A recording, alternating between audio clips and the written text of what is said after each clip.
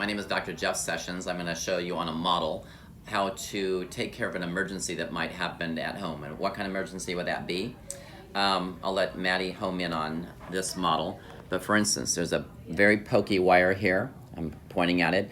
If you're away on a 2 or 3 day weekend away from our practice where normally you would come in and have us clip the wire, but how to take care of that problem. Also, if somehow you or your child were eating and the wire popped out and was dangling and poking the cheek on this side, how to deal with that if you're out of town, or maybe it happened at midnight and you didn't want to meet me at the office at midnight. So the best way to address this is there's two ways that people do this. They go to their garage, literally, and they take a pair of wire cutters. This is not surgery.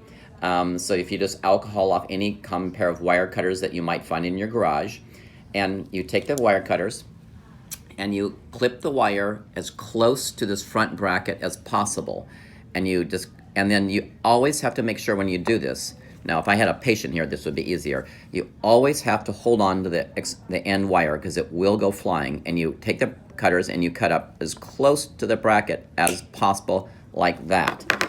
And if you do a clean cut as close to the bracket, you'll have very little exposed wire. Now, if at home, if that was at all pokey over the weekend before you could get into your orthodontist office or our office, you might beat a little blob of wax there that you get from the orthodontist or from any Rite Aid or Walgreens.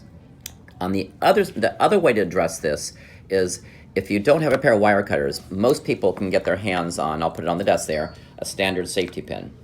And so we use an instrument that's called an Explorer to get the O-rings off. But what you would do is you take a standard safety pin, a medium size works best, and I'll have Maddie home in on these.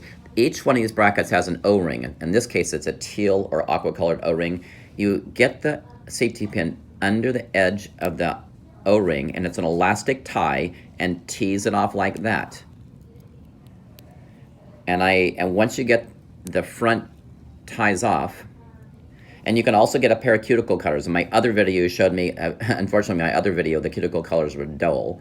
But if you have a very sharp tip of cuticle cutters, you can actually cut it right where my safety pin is pointing right there, snip it there, and the O-ring will break free. But if you can get the front O-rings off like I'm doing, get under there, the whole wire can pop out. Now, and then you can kind of just get the safety pin under the wire and then pull it straight out. And in the back, there's no O-ring in back. It just slides straight out like that.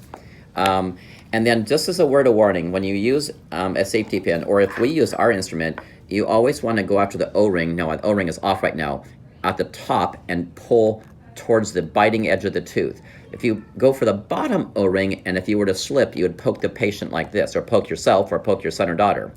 But yeah, you always go for the top O-ring and pull away from the gum tissue so you don't poke anybody. Anyway, those are the two ways. You use a pair of wire cutters to cut as even to the bracket as possible, or you peel off the front colors and take the whole wire out. So that is how you take care of any emergencies. And also orthodontic wax at home is a great benefit. So if you had a pokey wire, you could always bead some wax in the back. And that would be for another video. But those are the two most common ways that if you're out of town or something that you could take care of an emergency. Thank you.